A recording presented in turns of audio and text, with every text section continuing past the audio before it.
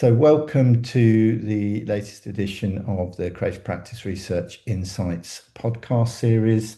I am here today with Michael Schwab, and Michael is going to introduce himself. Why don't you tell everyone who you are? Yeah, thanks, Roy. Happy to do that. Um, I'm really pleased to spread the word about the work we do at the Journal for Artistic Research, which I have been editing for 15 years maybe now. In fact, we started the journal as a project to improve, I would say, or change the conditions by which artistic researchers and practice-based researchers, of course, have been, publishing their outcomes and their research. And this has been the main concern of my own work for the last years. However, before that, in terms of my background, it is actually rooted in photography. I used to do advertising as the early years, philosophy degree, and then a photography master and doctorate, doing which I experienced, the problems firsthand that are related to how do you actually do this doctorate, what format would I like it to be presented? How would I safeguard my artistic integrity and my artistic interests through that process? And how would I get the balance right when it came to the final piece and the examination, where I felt as if maybe the holistic part, my practice as a complex being, was not really seen as such in that process. So what we try to do at the Journal for Artistic Research is to, ask authors to create what we call expositions, which is basically a complex, uh, rich media, possibly nonlinear constellation of materials that, you know, tell the story of how this practice is supposed to be looked at as research. It's in its own way. And that we've been working on ever since. In a software framework called Research Catalogue, which allows the authoring of these kind of objects. And it's been a really successful and enriching experience for me and authors and reviewers as well. The Whilst it feels like web design and you assembling these things, actually there is a real artistic and epistemic dynamic happening as you're working, reviewing and editing kind of these pieces. And I hope we can talk about this a little bit more today, because if you haven't done it, you feel like, how do I start? What is it that you're after? And I think that's a really, artistically and also epistemically rewarding conversation to have. Well, actually, it's interesting. The last week I've made a bit of a dive into some of the books and the publications, and actually really looking at the pages. There's a really good page on the research catalogue where there are lots of great examples. You've got them listed, I think, under maps. There's three categories in there anyway, Ah, and there's this one, yeah, yeah. Mm. lots of really good examples. And then I started to sit down. Okay, so I'm going to prepare something and I'm going to put something up there, and start thinking about how would I actually shape this as a research exposition. And I found it, can I say, liberating compared to Maybe. because all the work that I've been doing, which has been kind of, I think we talked about this, the work that I've been doing has been a bit more instrumental. It's been driven by kind of institutional need rather Mm. than artistic need. And so sitting down and going, well, actually, I've got an opportunity now to curate a space rather than just to go through these kind of headings. I need to work through this, what the methods are, and so on. To Mm. curate the space as I want to. I found actually really quite liberating, and I'm looking forward to having that experience. But I have to say, it is quite daunting trying to sit there and go, as a blank piece of paper, there isn't necessarily a template for this for me to fill in. It is almost like a piece of work in its own, which I think we're going to Mhm. talk a bit about in a Yeah. minute.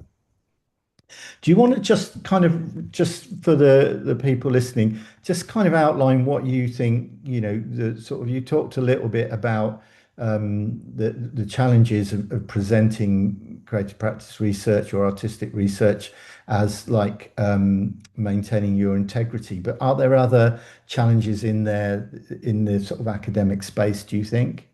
Yeah, yeah. No, absolutely. So, I mean, first we have to say that if this is a space in which language, the way we use it, so the propositional language, is not quite able to capture, what is happening within material practice, we have to also consider that we can't speak about it in this way. So I can't tell you now, oh, this is it, because this is it is a way of speaking about something that is experiential, maybe, or it requires, certain affective layers and so on, which this is it, doesn't carry. And it's also, of course, a situation that happens between a reader and an artist, right? In today's world, art is activated by audiences. It's not simply, Mhm. autonomous in the way that our great great grandfathers may have dreamt about, say, or grandmothers. So it's that kind of situation where it's very hard for us always to speak about what it is we're doing, but we have to say that if we acknowledge that artistic practice and material practice has its own particularity, we would say that, and of course we can recognize this as practitioners with the, appropriate education experience in the field, we would say that um, in some way or another, the materials as put forward to an audience, will speak by themselves, right? So when I go into an exhibition, right, I don't need to read the catalog to experience the exhibition. If I go to a concert, I don't need to have the musicology laid out for me to experience the concert, right? So first of all, there is enough contextual knowledge available by readers to not start from nothing, right? Um, and of course, that normally happens in contextual reviews and other sections, right? Um, we don't necessarily need that, but it can be helpful to be more specific and precise about the particular starting point, a piece of research has. But the findings, so to speak, or the key argument that a submission makes, would be made on its own ground, including text elements, but not reduced to text elements. So I would fundamentally say, that um, as you described this kind of blank sheet of paper, it's the first task is to kind of decide, what kind of shape this will take. And this here means an exposition of practice as research, um, as a way of arranging materials such that their epistemic and artistic contribution, becomes tenable for readership on various levels. As I just suggested a few, right? There's all sorts of levels, but they come together. Together they enrich the particular point that's been made, and um, uh, and it's this coming together of all these layers or all these relationships within that, that we be after.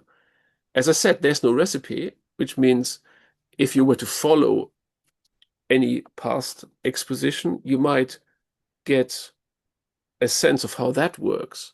But the architecture of this may not be the architecture that your work needs, Mhm. because it's been made for something else. And of course, in the history of art, and critical theory in the widest sense, um, this separation between form and material, is has always been challenged. I mean, we cannot just separate and say, any form will carry anything, right? Things are quite specific, this way of putting it, will help you, and this way of putting it will not help you, right? And part of finding out what you can say is finding out the way in which you're saying it. Mhm. And and this makes exposition writing also part of a research process, because as you're doing this, you're researching your own forms in which things become sayable or showable or experientiable. That word exists. And that kind of knot, as one goes through the experience, gets tighter until something quite extraordinary happens. And I've seen this many, many times where um, understandings and experiences emerge um, in a process of reading and engaging that just looking at some media content, like a picture here, a text there, I did not anticipate, right? And it's Mhm. exactly what we have in art situation, right? Ah, that's an exhibition. There's some pictures hanging, right? I know what it is because they're pictures. I go into it, I leave the space, and the world looks different to me suddenly. It's like, well, how is that possible? It's just pictures, right? But they're working on you because they're working in specific ways through the artworks and the curator and the institutional framing and what will you, right? And the same happens in the cinema. The same happens, in a music performance space. So there's a power of recoding, uh, you know, um, uh, meaning making and sense making, in audiences. And you as an artistic researcher can do this in specific ways that also mean that I'm going to understand the world or certain aspects of the world slightly differently after this experience here. So I'm trying not to, because I really want to talk about the questions at the end quickly, but before we do, because you're kind of already sort of stepping into that space when we talk about um, the process of creating the exposition is kind of like redoing the research again. But I'd like to just hold that for a moment and just work on a couple of linguistic issues or questions here. So we've talked a lot about, and it seems in the literature there is talk about the difference between articulation and exposition. And articulation almost feels like the kind of perhaps, and that's the language I've used in the work that I've done, which has been driven by an institutional kind of need. Whereas exposition feels different. It feels like there's something else happening there, there's something else driving it. And I just wondered if you could unpack the difference between those two terms for us. Mm. Yeah, no, I can. It's a little bit tricky in a sense because there's massive overlaps, of course, between those. But fundamentally, when I invented exposition for this particular context, at the start of all of this, um, first of all, as the word tells, and as I mentioned in my own biography, exposition has a bit of a photography ring to it. So there's a bit of a bias that happens around this, which one has to be careful about. There's also a bit of a sense of enlightenment and kind of light as the kind of knowledge and the good coming in, which is also problematic. So there's also exposure in a sense of stripping bare to some truth, right? So a lot of problematic kind of elements around this word. At the same time, as we've experienced in terms of communication, it's also a word people could relate to. Easy in English and French, for example, where exhibition and exposition are the same word. So there's a separation in English that's possible that not all languages carry in the same way. But fundamentally, it's been a shorthand word that allowed her to gain some agency with that. Um, Fundamentally, even calling it an exposition is a problematic word insofar as it objectivizes something in particular ways. But we've chosen to do this because we are claiming what has been discussed in our field also as a specific digital object type. So expositions are digital objects of a particular type that do particular work compared to other digital objects. It's another story, really, but it becomes usable rather than simply abstract concepts, right? that we're dealing with. So it's a usable format, within the environments we are working with. Um, the non-shorthand way of putting this, and has always been from the onset for me, is not exposition as a noun, but exposition or exposing as a verb, which basically would mean you're exposing practice as research, and this as in this particular way of putting it is doing all the labor here. So something puts something in a way that I haven't seen before without being put in this way, right? So how is it possible that practice can become research in an act of articulation, right? And that's what we call exposition, really. Now, the notion of articulation at the time, I did not problematize actually. Um, Only very recently, in the last maybe 5 years, have I become really sensitized to this. Um, uh, if I was to look around for philosophies or discussions on the notion of articulation versus the use of articulation in theory building, I think you find very strongly that articulation is highly underdetermined in the literature. It's been used as crucial elements in a lot of writings, um, but it is not fully developed, I think, as a critical concept. And I think that's really telling. There's a whole story to be told about why that might be. Um, but um, uh, but it's a highly interesting concept, in terms of, kind of material um, ways of meaning making, right? But it's much looser. Exposition is a much firmer concept we developed and in a way branded and, kind of just to say, we want to build inroads into the academic publishing industry. We want to give usable, um, pathways to researchers who need to say, that's what I'm doing here, right? This is it, right? And other people are doing it as well. And we've got Mhm. credibility, It's not just a speculation, it's actually a very specific way of working, like an exhibition, like a concert hall. Mhm. We've got an exposition space here, and that's where we're playing in, right? And in definition, also, you can articulate loads of things. Expositions are carrying the epistemic dimension. So there's, in our particular way of using this, right?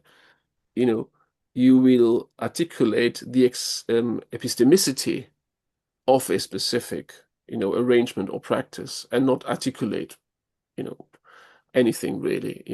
Articulation is a much more empty, in that sense, word that it renders material, um, kind of meaningful, Mhm.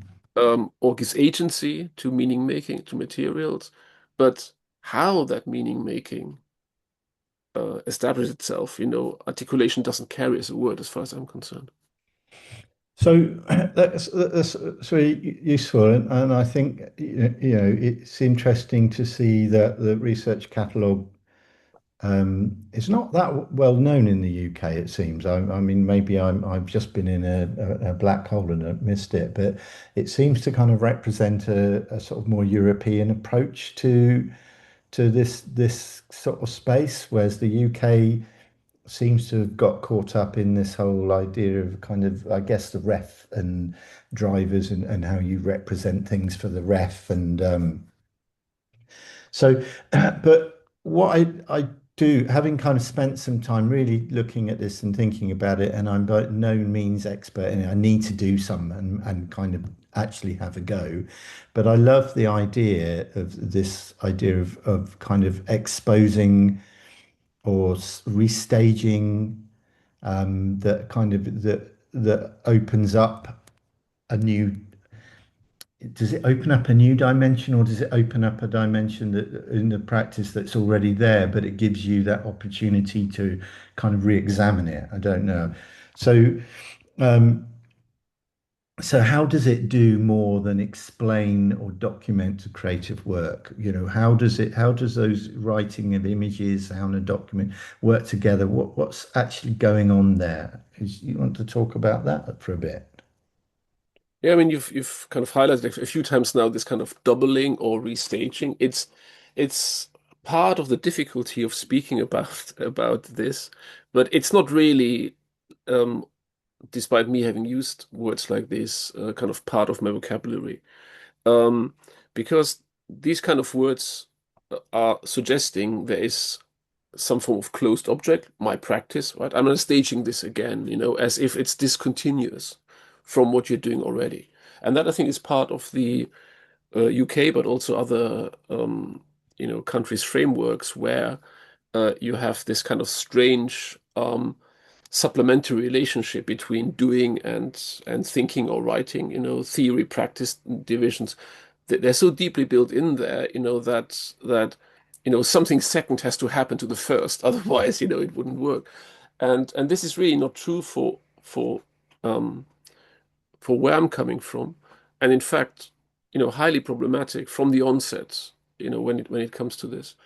Um, However, practically speaking, and this is basically where you found yourself in probably as well, you didn't start with exposition as a format. You started making films and doing other things, right? Mhm. So, for people's own, in a way, personal history and biography, exposition come late to the game, right?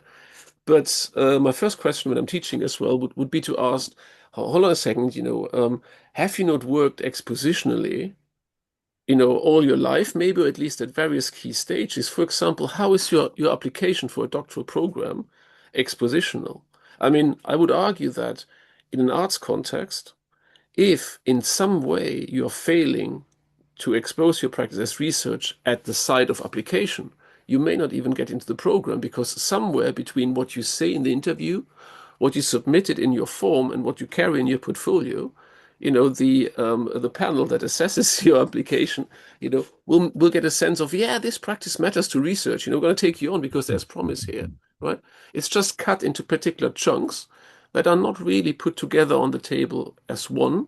It's just, here's the form, here's the portfolio, here's the interview. Mhm. Um, so, but if you were critically looking at the various moments at which it matters to you as a researcher career, I would argue that the most impactful moments for yourself in your personal history, as well as for a field to which you contribute, are those where exposition works best, where you manage to actually have a full conversation about the relevance of your practice for a particular topic, right?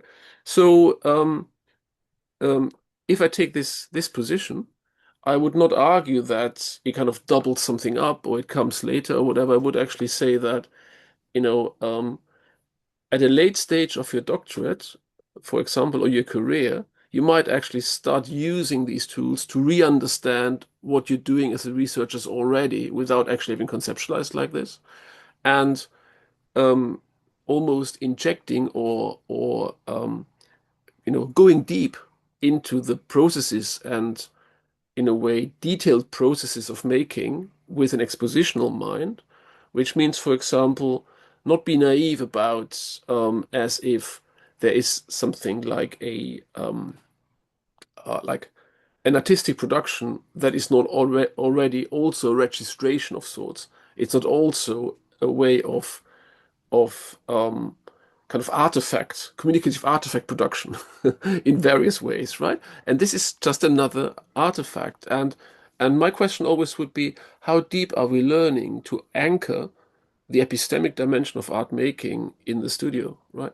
And as far as I'm concerned, art schools, in particular in the UK, but also in other places, afford themselves, a late romantic idealization of the studio as an epistemic free space, where the problem hasn't got to be raised, right? And then they reapply it at a later stage of this process. Now I have to make sense of this, epistemically, right? And that creates a tension that a lot of doctoral students are struggling with because, they have to put something in they were suggested, they didn't do already. So how do you manage this kind of problem? My position would be, no, no, you're doing it already. It's just that people tell you have to put it in later, Yeah. but get to what you're doing straight away. And you don't have these problems of kind of, you know, what is a reflective piece, and kind of what philosophy do I use to strengthen a particular case? You know, we would say you don't need philosophy, you don't need any of this if you're able to bring out and engage with those minute stages you're going through in your practice, in the artifacts you're creating. Needn't be artworks, could be anything you do, like traces of whatever it is, assembled in a particular way, will speak a million times more than 75 Merleau-Ponty quotes and the Deleuze reference, right? Which is the usual reflective avenue, art schools have taken to substantiate why practice is to be counted as research. Sorry, I'm a bit No, no, that's fine. tagging. There was a lot going on there, and there was a couple of things. I mean, I like one of the things that I really like about this, and I found in the kind of more instrumental stuff as well, and do going through this process and doing these things, is that there is a real sense that you are continuing the research, and that actually that it's not just a question of reflecting. There is this sense of continuing, and it starts to pull out ideas and thinking that then becomes part of the next work. I find that it's a sort of iterative cyclic thing, and that's one Yeah. of the things that I found really interesting about the experience myself, and certainly you know, in supervising creative practice research PhDs, I can see that as a really valuable kind of moment rather than the sort of more doing their annual reports, is to kind of, well, what does that report have to be, a written exegesis, or can it be something a bit more like a exposition?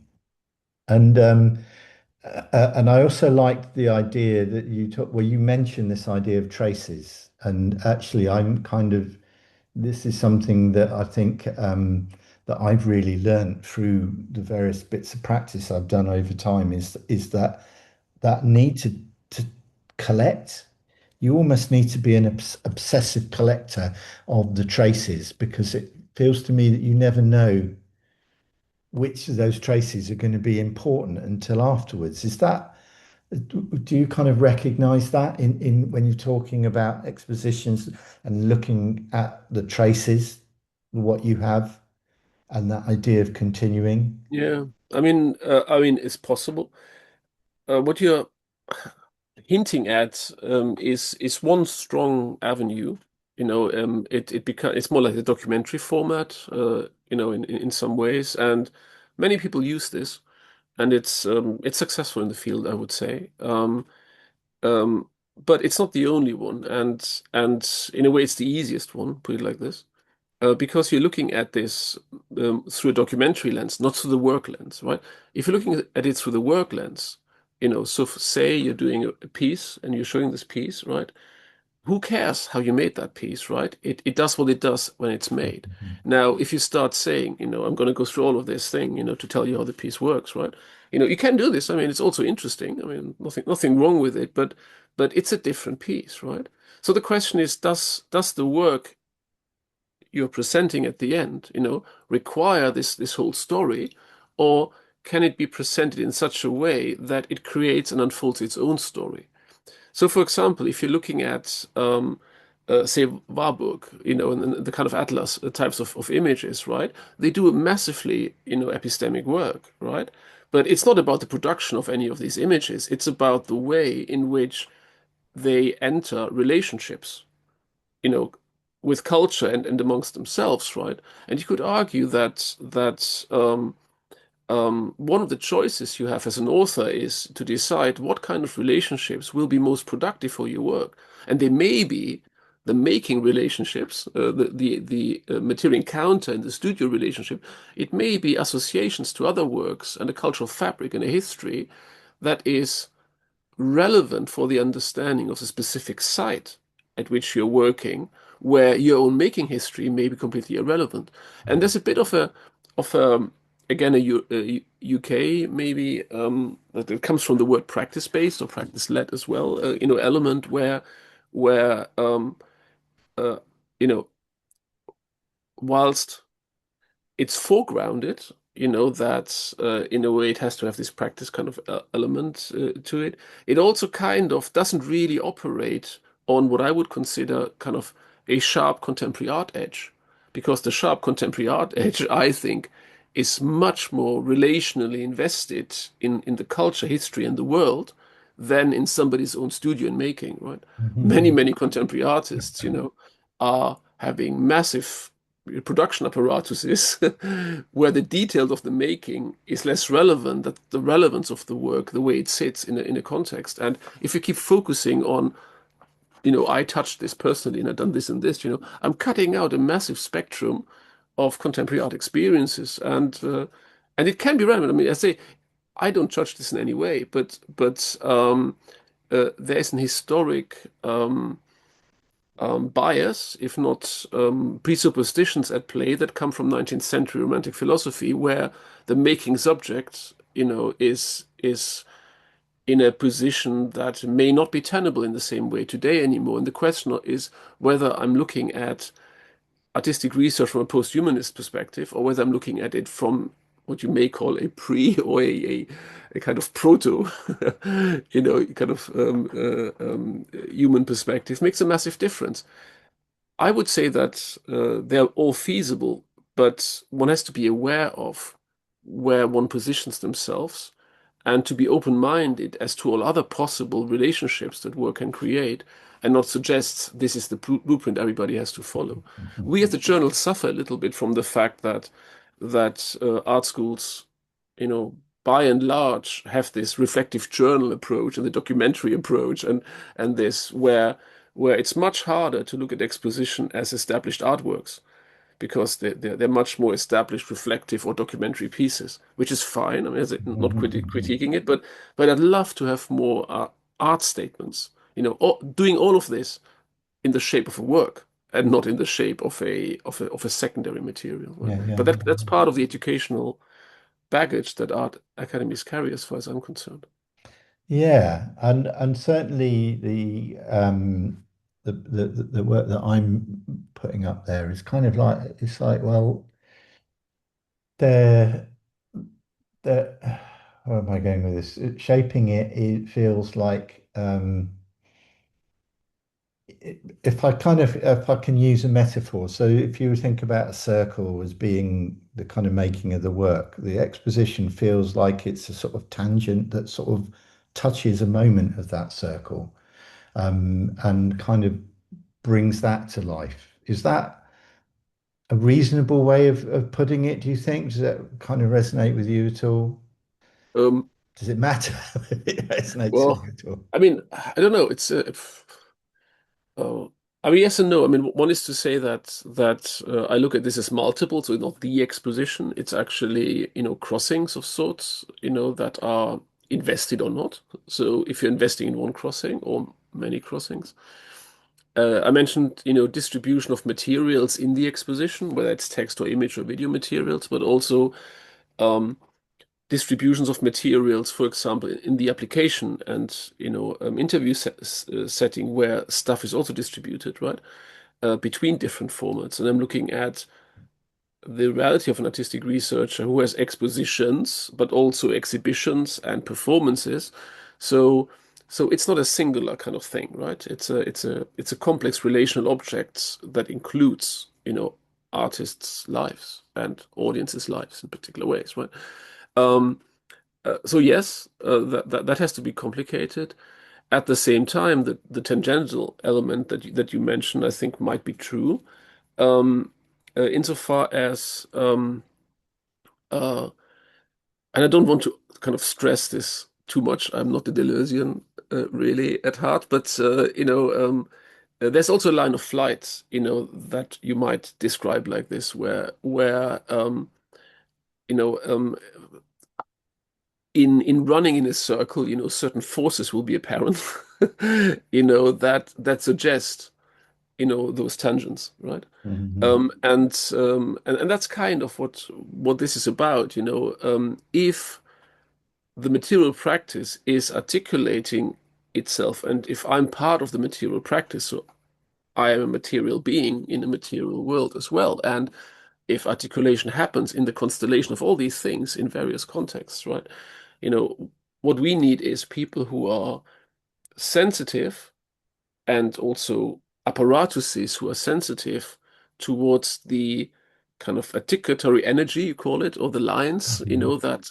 that appear, the traces that become legible, in this process. And the strategy I'm using to stabilize these traces, in maybe a body of work or a series of work, or maybe even conceptually, in a term. I might create a name. I might create a label. Um, I might create a particular archive, you know, that does this work. These are all stabilizations processes, sedimentations, you might again call it, where but it all starts with under particular conditions in a particular kind of setting.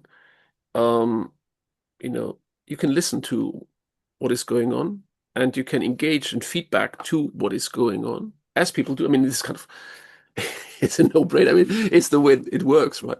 But it's just that this is seen not necessarily as a research activity. It's kind of the creative part or whatever. Mhm. But if you're looking at this as really kind of knowledge bears on this point, your not just your personal knowledge, I mean the cultural knowledge and the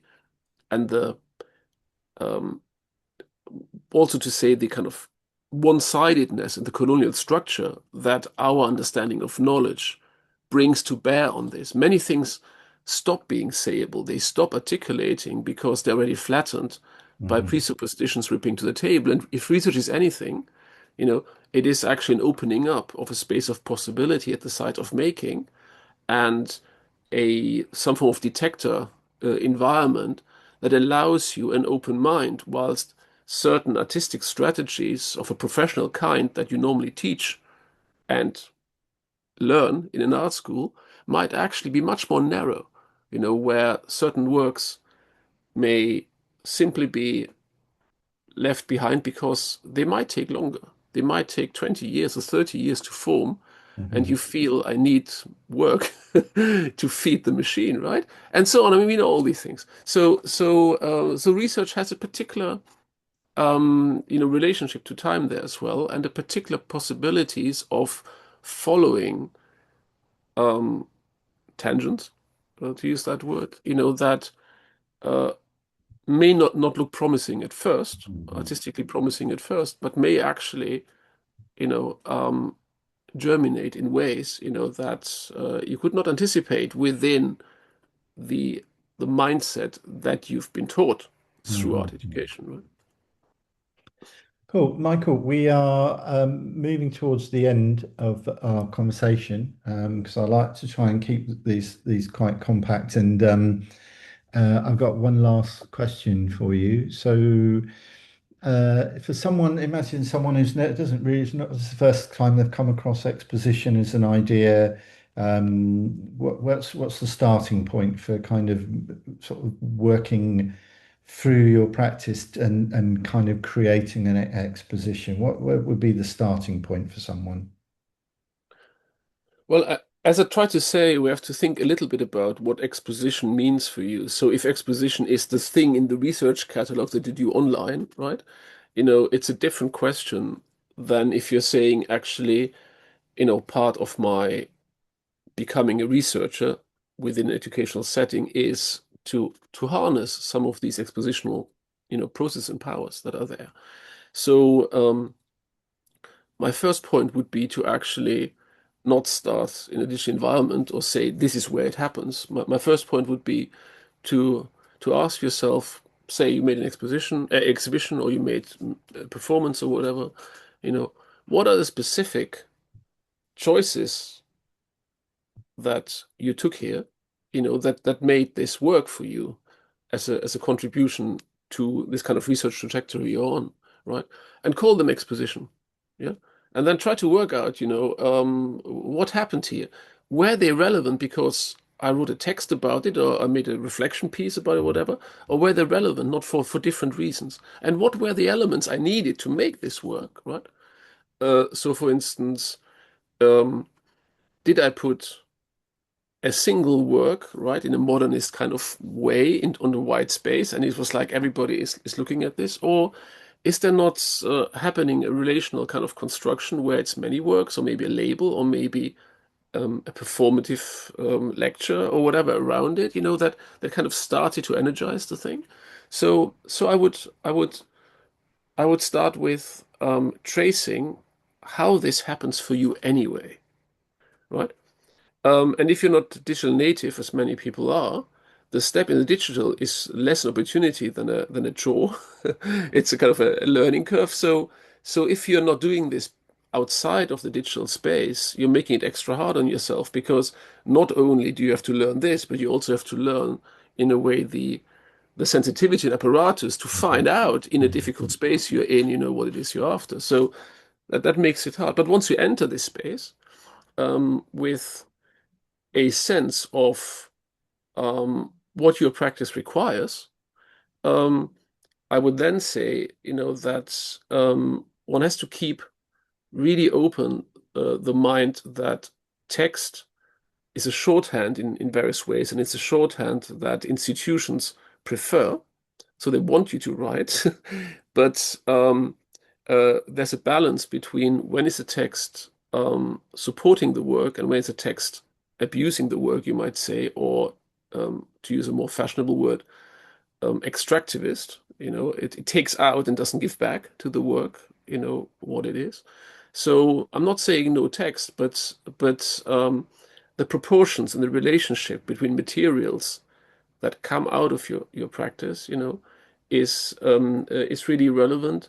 And fundamentally, and this is like a key insight, or maybe two key insights. The first is, um, if you enter this space, more likely stuff you've done already is not ready-made, just available and can be put somewhere. I would say you go into the space of the exposition and then you ask yourself, what should I make next in order for it to fit here? So not like, oh, I've got this video, let me put it here, and I've got this picture and this kind of text, and I just jumble it there, right? It's more like, I see what I have now, I'd like to make a new video that fits exactly here, and I like to write a piece of text that goes there. So stay in the making. That's the first part. And secondly, as an advice, I would say, um, it has to start working the first 5 seconds you open the page. It's not something else that's somewhere else. Pay attention to what's happening when I open the page, right? Um, do I do I get sucked in? Do I experience? What do I see? Um, um, and I think it's very true in some ways that, and it can be delay function. I mean, it's not like it has to be immediate, right? But there is a gambit, and I think people, um, and that is of course linked to what we said earlier in terms of the delay and the kind of supplementary nature of when research is delivered. I would say, don't delay it, make it straight away at the very beginning, right? It's always, a question of origin. It's not a question of result. And this is a complete misunderstanding in I would say the traditional settings. So you can have very simple, very effective, presentations in that format, whilst the risk is to accumulate and be very messy and have something somewhere, but never really cut to the real dynamics of the work. So stepping back, letting whatever you do work on you, make the choices, work for it. Um, um, Spend the time you would choose to spend on any art production, as long as it takes, and not think, oh, that's just something to rush through. It is an artistic element. It's something that speaks back to you. It's something that requires attention, and it's something that would tell you at some moment when you feel, yeah, no, this is done now, right? I love that idea, staying with the making. I think that kind of really resonates, and it kind of definitely it was an exposition I'm going to try and create, and probably fail, but failing is a good way to learn, I think. So, but that kind of definitely resonates with what I'm struggling with. Is like, how am I going to do this? So I actually have to make something, have to create something here, and that feels really kind of. That's why, in a way, I opened up by saying this feels like a really liberating kind of moment. I know you want to end, but just one quick thing, because this is maybe not strong enough in what I said, and it's linked to the documentary format and that particular point. Um, as we know in writing as well, right? It's not enough to be the author, you have to become the reader. And of course, as editor, in a different position, but fundamentally, staying with the making until you actually, can allow a reader, and not your own expression as an author, but this is about This is about a relationship of the reader to your material. You as a subject, despite you staying with the making, you make Mhm. yourself, fall out of this equation, right? I mean, this is how we allow readers in by making Mhm. space. And of course, there's a long discussion in the again in the history about this, but it's another pitfall in a way. So you know There's a this. filmmaker, Tony de Bromhead, who had a published a fantastic book about documentary filmmaking, and it was called Looking Two Ways. And her point is that as the documentary maker, you've got to look to the audience, and you've also got to look to your subject as well as your work, and that Mm. you've got to you're a kind of mediator in a way rather than just purely an author. You No, are it's, a it's, it's, it's mediator. that it's that kind of thing, yeah. Just to, this process, of becoming reader, in particular in today's uh, technological landscape, becomes more and more important, and it's part of the baggage, of the kind of, as I said, 19th century, that a preference when we say making, right? We don't we talk about authors, we don't talk about readers, and I would say, the way readers make Mhm. is an important part of a process, and there's no publication without allowing readers to make, right? Mhm. Everything else is in a way private. Anyway, long story is another thing, but just to make sure that that message came across, Mhm. Cool. that I really want to hedge against falling into, certain very comfortable and convenient ways of talking about making, which I don't think are necessarily productive in our context. Mhm. I agree. Well, I'm going to, when we publish this, I will make sure there's kind of links to the research catalogue and that page that I talked about where there are all the examples. I think that then there's some great literature up there as well. I would recommend that people go and have a look at what the research catalogue has and have a look at the jar issues and kind of really dive into it because it's kind of it feels quite liberating and very different from the instrumental approaches that I've been kind of exploring. So, thank you very much, Michael. And I'll be back with another podcast. I think the next one will be an interview with someone from the Enact project, who I've been encouraging to get in touch with you, Michael. So maybe you'll get an email Great, soon. thank you. Okay. Perfect. Thanks a lot, Roy. All right. Take care.